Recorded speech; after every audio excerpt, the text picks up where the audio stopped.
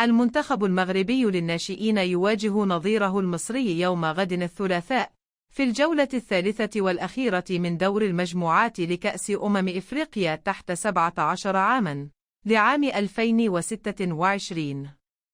من سيخطف صدارة المجموعة الأولى؟ هل يواصل أشبال الأطلس عزف ألحان الانتصارات؟ أم ينجح الفراعنة الصغار في حسم القمة لصالحهم؟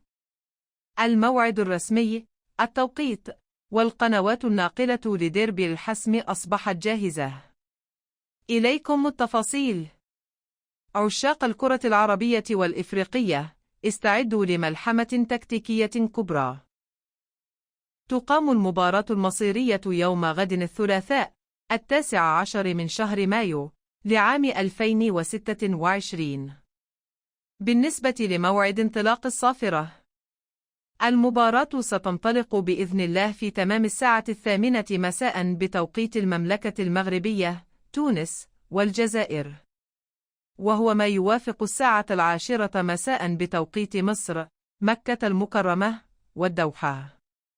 أما عن القنوات الناقلة، فستكون الملحمة منقولة مباشرة عبر قناة الرياضية المغربية TNT، بالإضافة إلى شبكة قنوات BeIN Sports القطرية، الناقل الحصري للبطولة.